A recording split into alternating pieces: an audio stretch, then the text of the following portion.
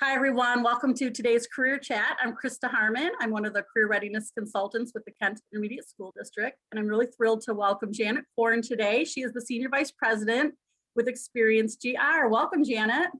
Oh, nice to be here. We are excited to venture into the world of business, and so we have a series coming up to help young people understand the wide variety of careers that are out there, and we're so thrilled to have you. Before we get started really digging into what ExperienceGR is, to help them understand a variety of roles, help them understand kind of what you were thinking when you were 16 or 17. Did you think you'd grow up to be a senior vice president? No. And actually, I guess as part of my personality, some days I don't even remember that's who I am sometimes. So, I think when I was 16 and 17, I had no idea what I would do when I grew up because I was just like most people involved in maybe school activities.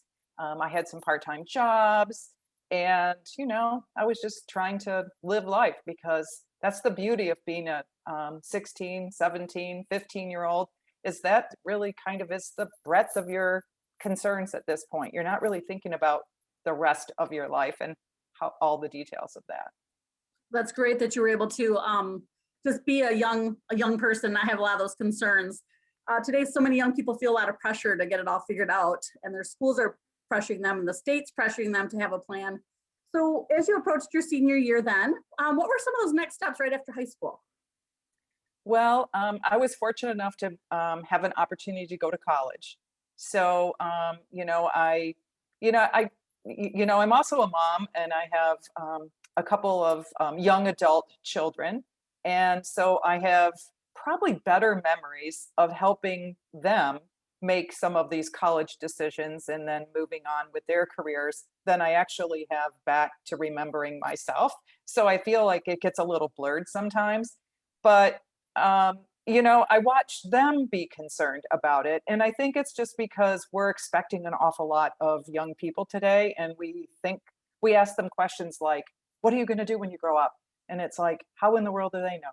So, because even grown-ups don't know what they're going to do always when they're moving through their careers and stuff. So I was fortunate enough to have an opportunity to attend a university. So I went to Michigan State University, go Green. And it's really where I learned to be a college basketball fan.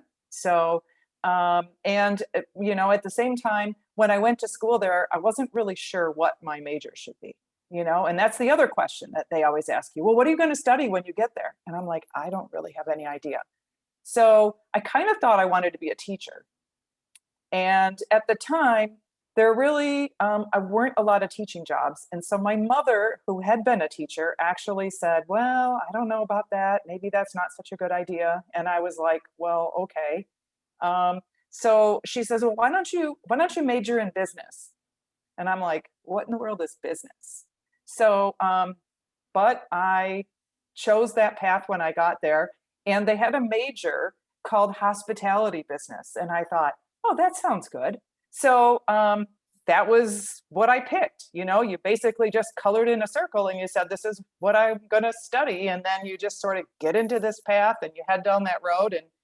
And that's where I still work, is in hospitality business. And so it's the business of travel, tourism, meetings, restaurants, food and beverage, entertainment.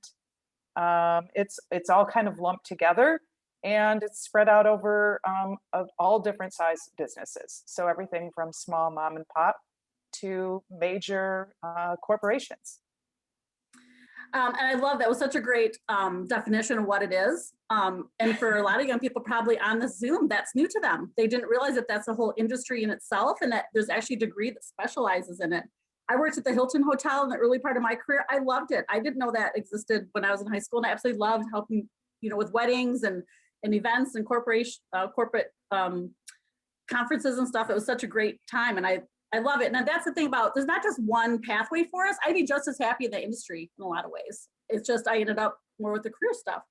So you get this degree, and did Michigan State require you to do any type of internship, or what were some of those next steps to then actually get paid employment when you finished up with your degree? Well, that's an excellent question, because that actually was the case. They do require internships. And so at the time, it seemed like something kind of difficult to find. It was something that you had to go out and find a job. Like now I have to find a job in order to graduate, which wasn't just like I need to find a job because I need spending money or I have to pay for college. It was can't graduate until I get these jobs. And so the jobs had to be somewhat focused. So, I worked at a pizza place when I was in college, and I worked at a variety of restaurants when I was in college. And I learned a ton because I had to have those jobs. So I had to have those jobs, but I learned a lot about business. I learned a lot about people. And I learned about what kind of a manager I might want to be when I grew up, because sometimes you have to see the really good and maybe sometimes not so great. And then you can try to find out like who it is that you would like to work for. And then you have to try to be that person. And so that to me is you learn the tasks in that part, and that isn't really going to be that helpful to the next job. But you learn about how to do the business and how to balance what the customer needs. Hospitality is a serving business. And so you really need a servant's heart to want to get back at it every day. And, you're serving not only your customers, but you're serving the people who are helping you serve your customers. Yeah, that's wonderful. So when you're at Michigan State, and I guess young people sometimes want to know a little bit of the details, were there people that could have helped you identify an internship if need be, or was that all on your own? Because that could seem overwhelming. And I do hear like some people go off to Disney to do a internship, for example. And like, how do you even find out about some of those opportunities? There was a program, or there was like a support system in the major that would help you find and explore some of those options. Like one of my college roommates had a Disney internship. And, when I look back on all of the years of my career, I think that would have been a really good opportunity for me, but it really would have been a challenge for me to be able to find the semester to not be in school, to be able to commit to not taking classes while I was working. And so scheduling wise, it would have been a challenge. But when I look back on it, I do believe she learned a lot about a lot of things. And I've done in my career, I've actually participated in a lot of Disney-esque type programs in customer service. And that would have been a good learning opportunity for sure. You bring up such a good point, and I want young people to understand this, is that as you graduate from college, your learning doesn't stop.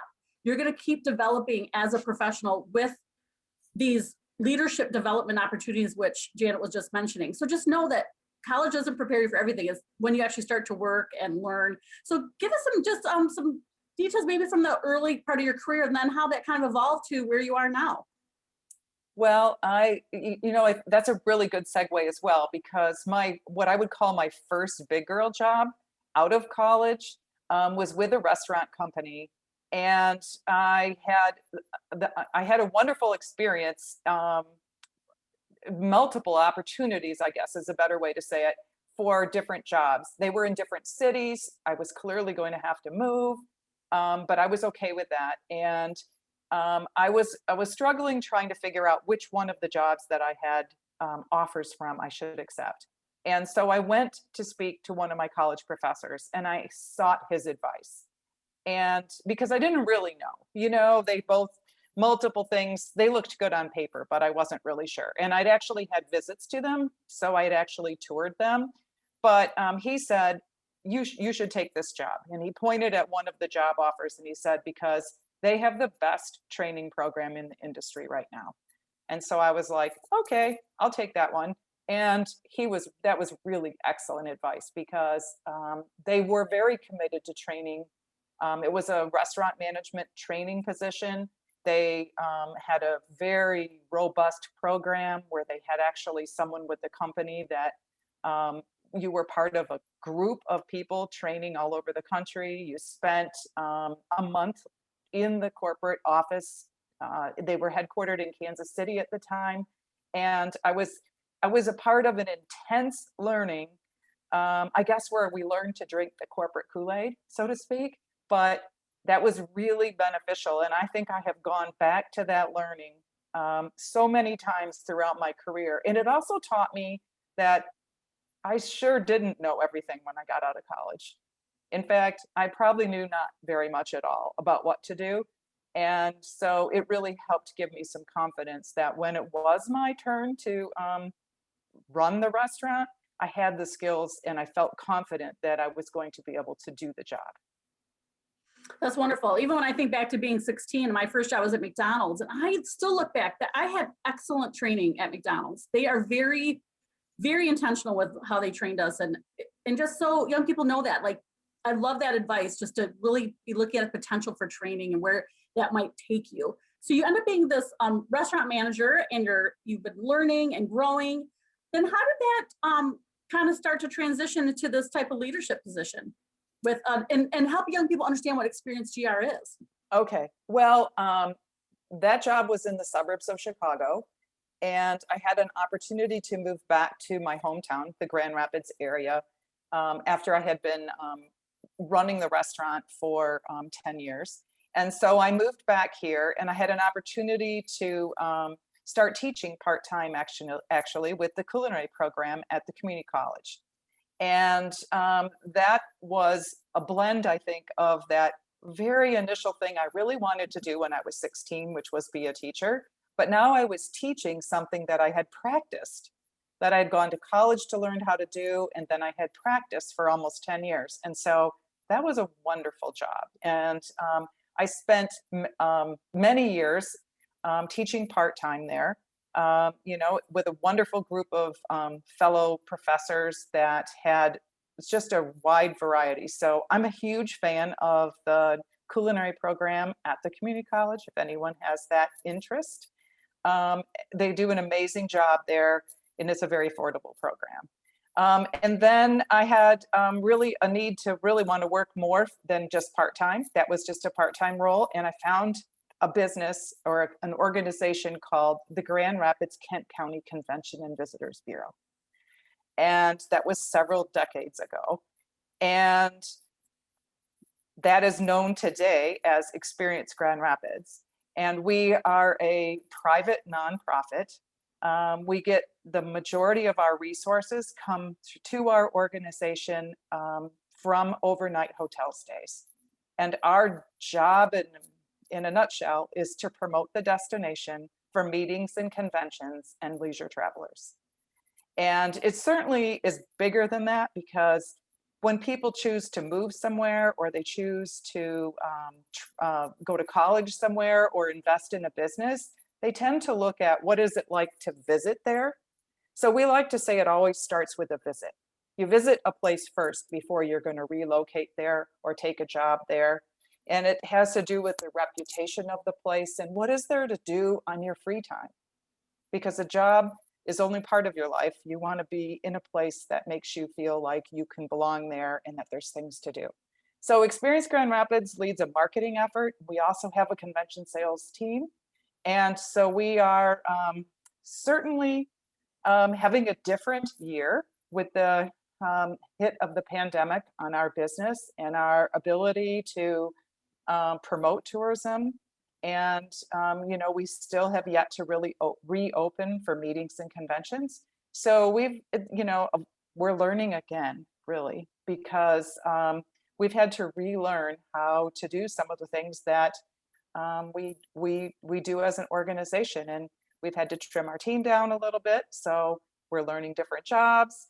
And I'm trying to stay optimistic that as we can get vaccines distributed to people, we can really reopen our destination and get back to inviting people to come here. Yeah, that's tough to hear. Certainly hospitality has been hit, one of the hardest industries for sure.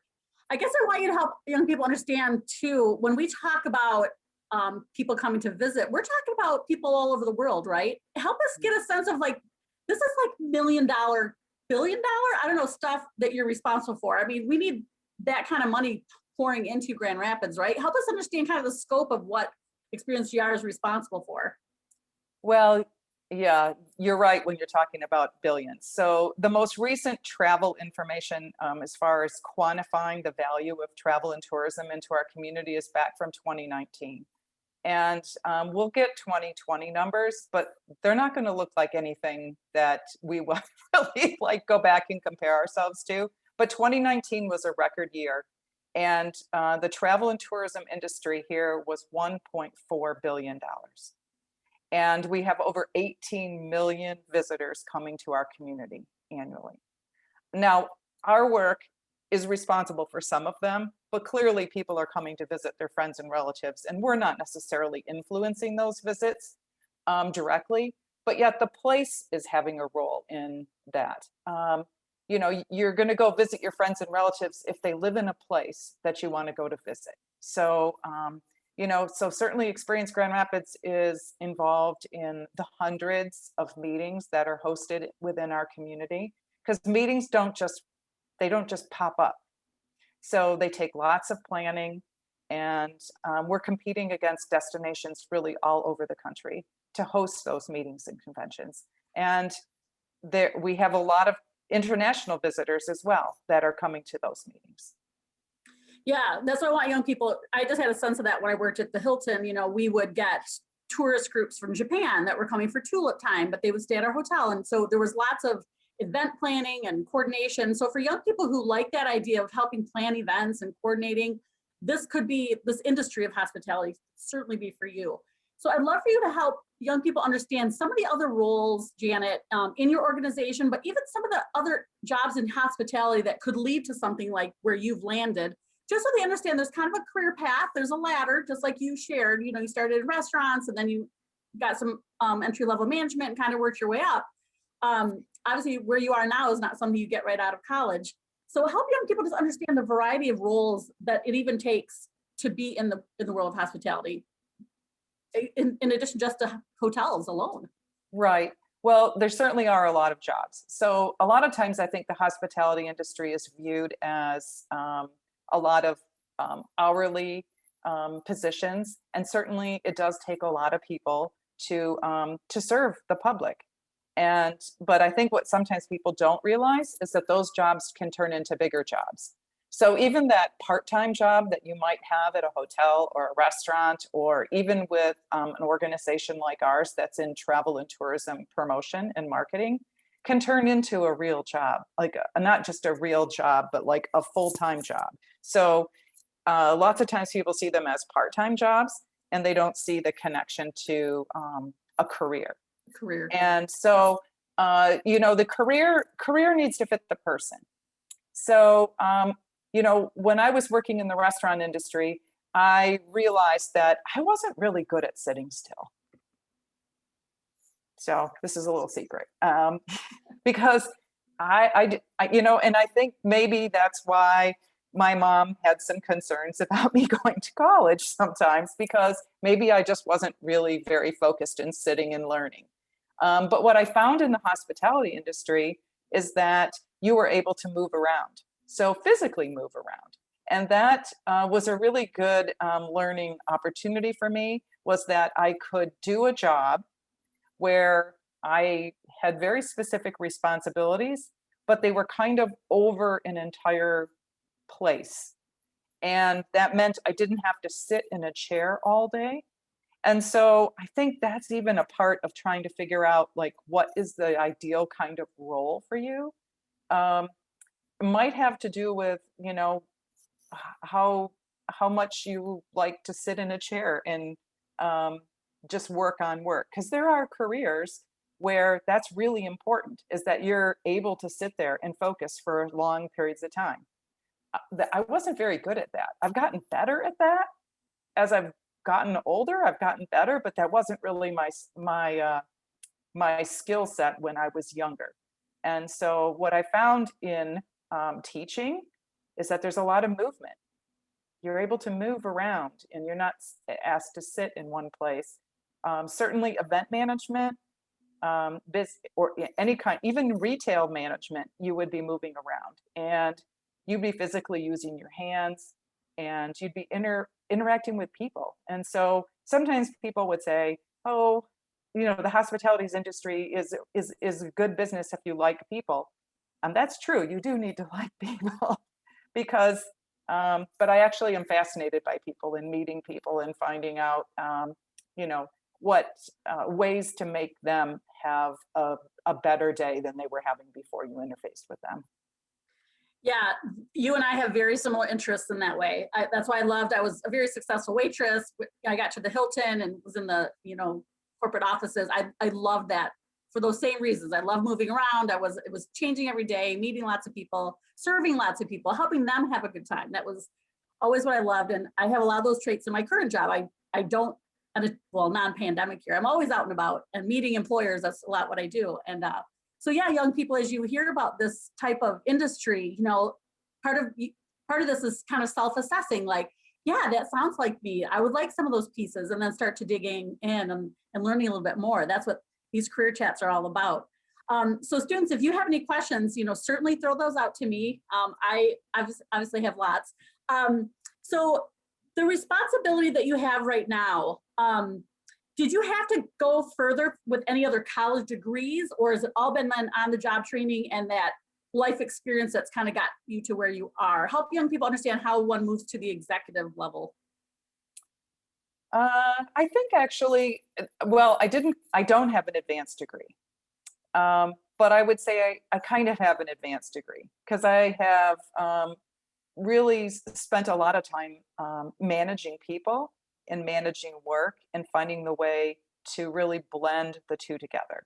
So I think there's some art to blending together the knowledge of the work and the tasks that need to be accomplished and the people you're going to need to be able to help you get to wherever your business is trying to go. And so I was, in some ways, I know for sure that I was lucky to be in the right place at the right time. And yet at the same time, I also know that I worked really hard to be able to make the most of being in the right place at the right time. So I think one of the messages I'd like to share is that sometimes you don't have to change a job to have a different job. That sometimes you're going to have an opportunity to work for someone or with different groups of people where they'll recognize some of your skills and they will help align you with that career path that will allow you to really be all that you could be, if you're willing to keep continual learning, because I certainly don't know everything. And, we're learning all the time as a team. So my direct reports are all focused on the marketing for the Grand Rapids destination. And we're always learning. So social media is a huge part of what we do, but it's changing and evolving all the time. And the community is changing. And so we have to continue to adjust with all of those. Yeah, I was just putting in the chat, I was going to put that direct reports are the people that you supervise. That might be a term that young people don't understand. And I agree with you totally. And I want young people to understand that is that experience and continue to grow, that careers happen. It's not always needing that extra degree. And certainly there are things, different industries that you do, but my degree as well, I got more certifications, but I just grew and gained experience and expertise that got me to where I get to live my dream job every day. So what's something, I love this question from Selena. We only have about 2 more minutes for you, Janet, but when you look back at 16 or 17 years old, is there anything that you wish you would have known about education or business at that time that maybe would have impacted you? Actually, I think I answered this question before the students all joined us. And that was that, when I was in college, my major required internships. And I didn't take a Disney internship because it didn't really fit into my schedule, but that would have been a really interesting immersion into their method of customer service. So years later, I had an opportunity to participate in some of their, programs that were part of another conference that I attended. And so I think, sometimes I didn't exactly answer the question, but I would say a possible internship. And so maybe I should have sought more advice, um, to have availed myself of that opportunity when I was younger. But you know what? You don't have to learn everything when you're 16 either. Right. I think the gift for even this career chat, Janet, though, is for them to understand that there are training programs, that is how you will continue to grow. And to be intentional, like even asking for advice like you did from your professor, because he was older and more experienced, he was able to guide you on that first job. His input helped you make a good decision. And so the young people don't have to do this all on their own, that to seek, guidance from people who are in the field, a mentor. I think that's such a gift today that they could take from you. And that if you would have known back then that, and now these kids know this, is that look for what companies have intentional training programs. And what a great way to keep your career growing and learning. So young people, I'm going to come back to Janet. She's going to share a final word of wisdom. But I wanted to give you a couple of really concrete resources to do some research, to dig into some of these careers. And ONET Online is a government level career research site that gives you all sorts of information about careers, but I'm going to show you one that's a little more designed for students, and it's the same information, but it's called My Next Move, mynextmove.org. And you can go to this site and look at it three ways. You can put in a job if you already know, like I want to be a manager. You could put that in that first category. You might know it's somewhere in business. So there's a drop-down menu in the second column around just industries, and hospitality would be one of those, or business will be one of those drop down. The third column is actually to take an interest inventory. And this tool will help you. I plugged in vice president just for fun, and you'll see that some of those jobs that popped up out of this website are, and some of you might not even know what these are: chief sustainability officers, treasurers or controllers, what the difference between an advertising manager is versus a supply chain manager. So all these are business related and have similar features. Each one of those you can click and get more information. And this is just a screenshot of what you'll start to read as you click into this website. And it really helps you start to, again, self-assess, start to read these things like, yes, this feels good, or no, not so much. I love this at the bottom, because the bottom of the page, you can actually, down on that right side, it says explore more. And they put similar jobs right on this page for you. So you can start to see what are some similar things to this vice president role that maybe you hadn't thought about. And so I love that tool. So I wanted to encourage you to do some of this research. So if you have other questions for Janet, send those to me. I'm Krista Harmon at kentisd.org, and I will forward those on to you. Just a really quick question, Janet. Are students ever allowed for job shadows at ExperienceGR? If they were to come in and be able to talk to any of your staff, or maybe if if any of your hotels do that, anything about what kids could do in high school? I'm not sure that we've ever had high school students. We do actually typically have a lot of interns working with our marketing team. And we often have a lot of college students that are participating in that.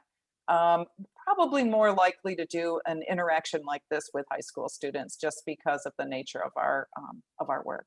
Absolutely, that makes sense. So it's 4:01, so I kept you an extra minute. What's your final word of wisdom, Janet? And we'll let you get back to promoting our city. Just keep learning. There's things are always changing, and the more you're willing to learn, the better maybe things will turn out. Yeah,